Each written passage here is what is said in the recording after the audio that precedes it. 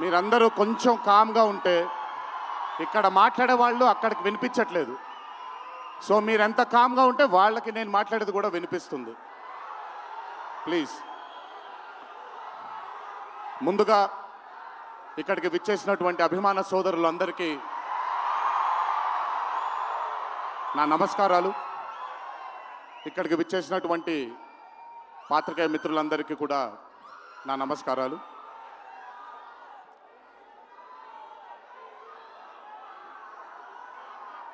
సిద్ధుని నేను పర్సనల్గా అంటే తన చాలా సినిమాలు చూశాను తనవి, కానీ పర్సనల్గా ఎప్పుడు ఇంటరాక్ట్ అవ్వలేదు. ఈ పాండమిక్ తరువాతే నేను సిద్ధుతో ఇంటరాక్ట్ అవ్వడం జరిగింది. చాలా తక్కువ మంది ఇండస్ట్రీలో ఉంటారు. సినిమా అంటే ఒక పిచ్చి ఉండే టెక్నీషియన్స్ చాలా తక్కువ మంది ఉంటారు. అందులో మొట్టమొదటి వరుసలో ఉండాల్సింది సిద్ధు.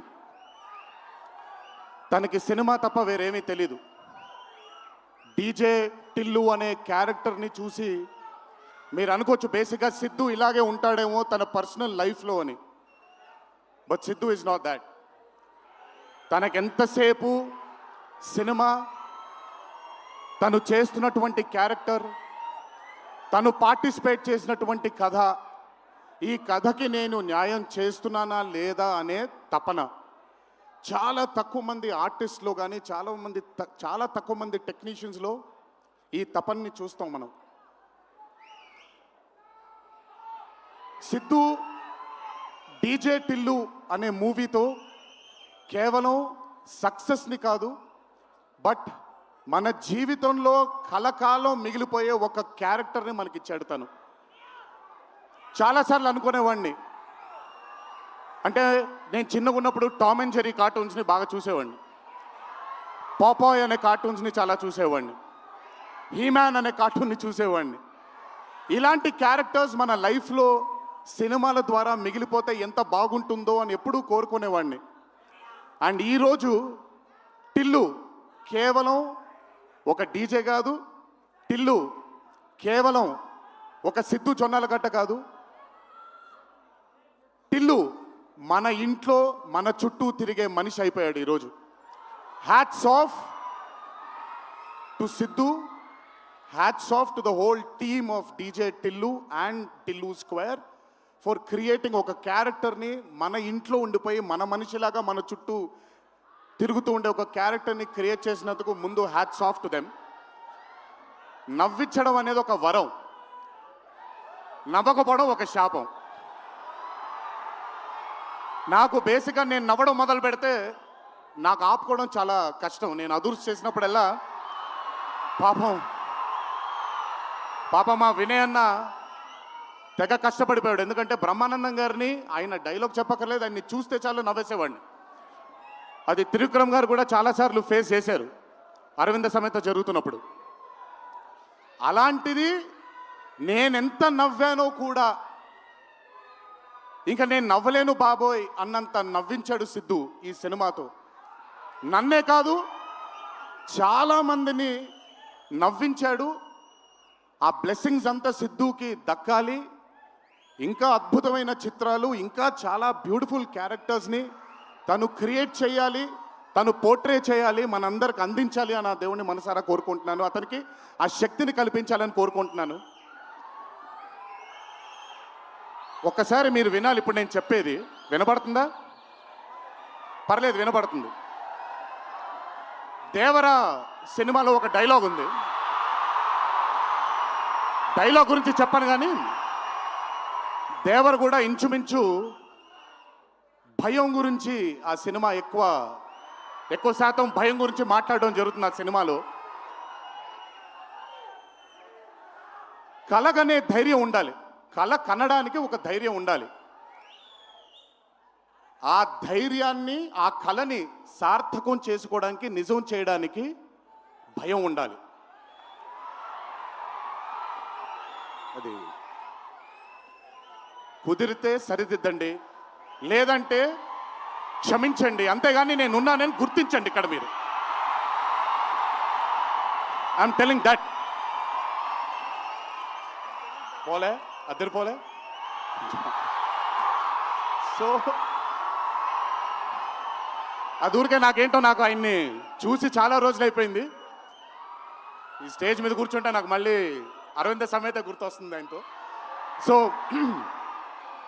సో మనిషికి కలగనడానికి ధైర్యం ఉండాలి.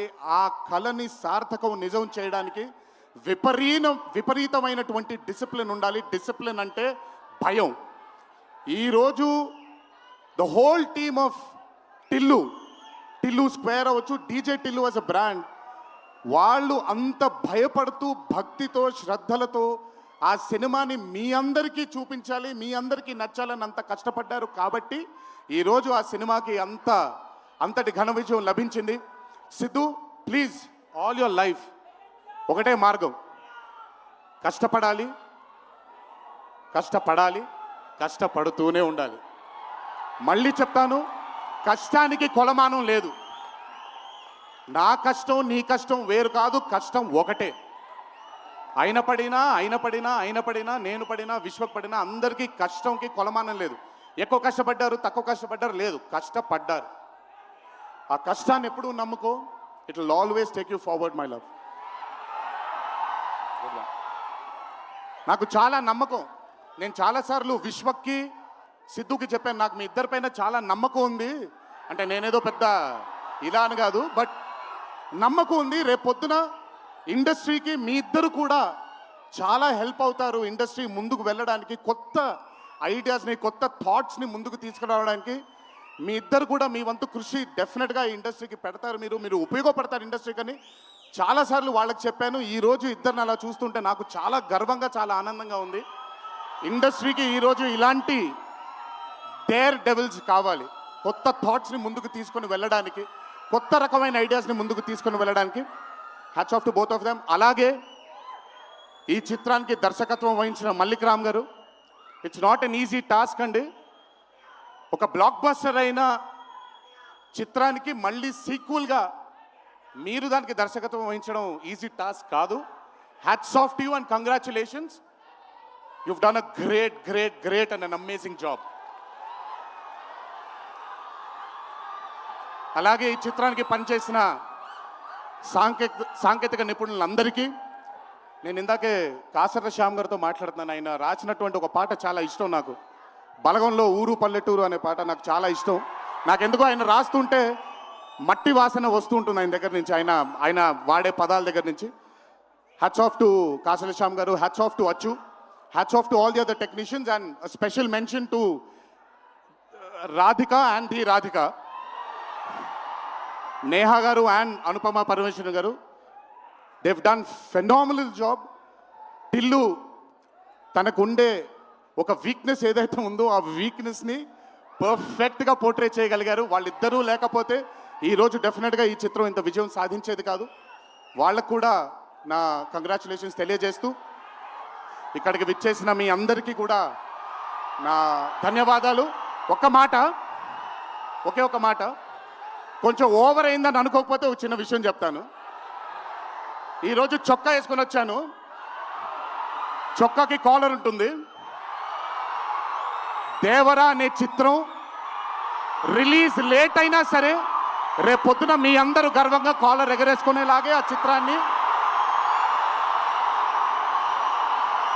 చిత్రాన్ని మీకు అందించడానికి, మా ప్రేక్షక దేవుళ్ళని అందించడానికి మేము ప్రయత్నిస్తాం. తెల్లవారితే ఉగాది, మీ అందరికీ ఉగాది శుభాకాంక్షలు తెలియజేసుకుంటూ, ఇంట్లో తల్లిదండ్రులు, అమ్మానాన్నలు, కుటుంబ సభ్యులందరూ మీకోసం ఎదురు చూస్తూ ఉంటారు. ఈరోజు ఈ ఆనందాన్ని జాగ్రత్తగా ఇంటికి వెళ్ళి ఇంట్లో ఉండే కుటుంబ సభ్యులందరితో మీరు పంచుకుంటారు అని మిమ్మల్ని కోరుకుంటూ, మీరెప్పుడు ఇలా చల్లగా ఆనందంగా ఉండాలని ఆ దేవుణ్ణి మనసారా కోరుకుంటూ సెలవు తీసుకున్నాను. ఈ అవకాశం నాకు ఇచ్చిన టిల్లు టీంకి అన్నాను, కానీ ఈ అవకాశం నాకు ఇచ్చిన మా వంశీకి నా ధన్యవాదాలు తెలియజేసుకుంటూ, వంశీ గురించి ఎక్కువ మాట్లాడిన, ఎందుకంటే వంశీ గురించి ఎక్కువ మాట్లాడితే దిష్టి తగిలేస్తుంది తనకి. వంశీ ఇలాగే అద్భుతమైన చిత్రాలు తీయాలని అతనికి ఆ శక్తి వల్ల నా దేవుని మనసారా కోరుకుంటూ జై ఎన్టీఆర్. Thank you.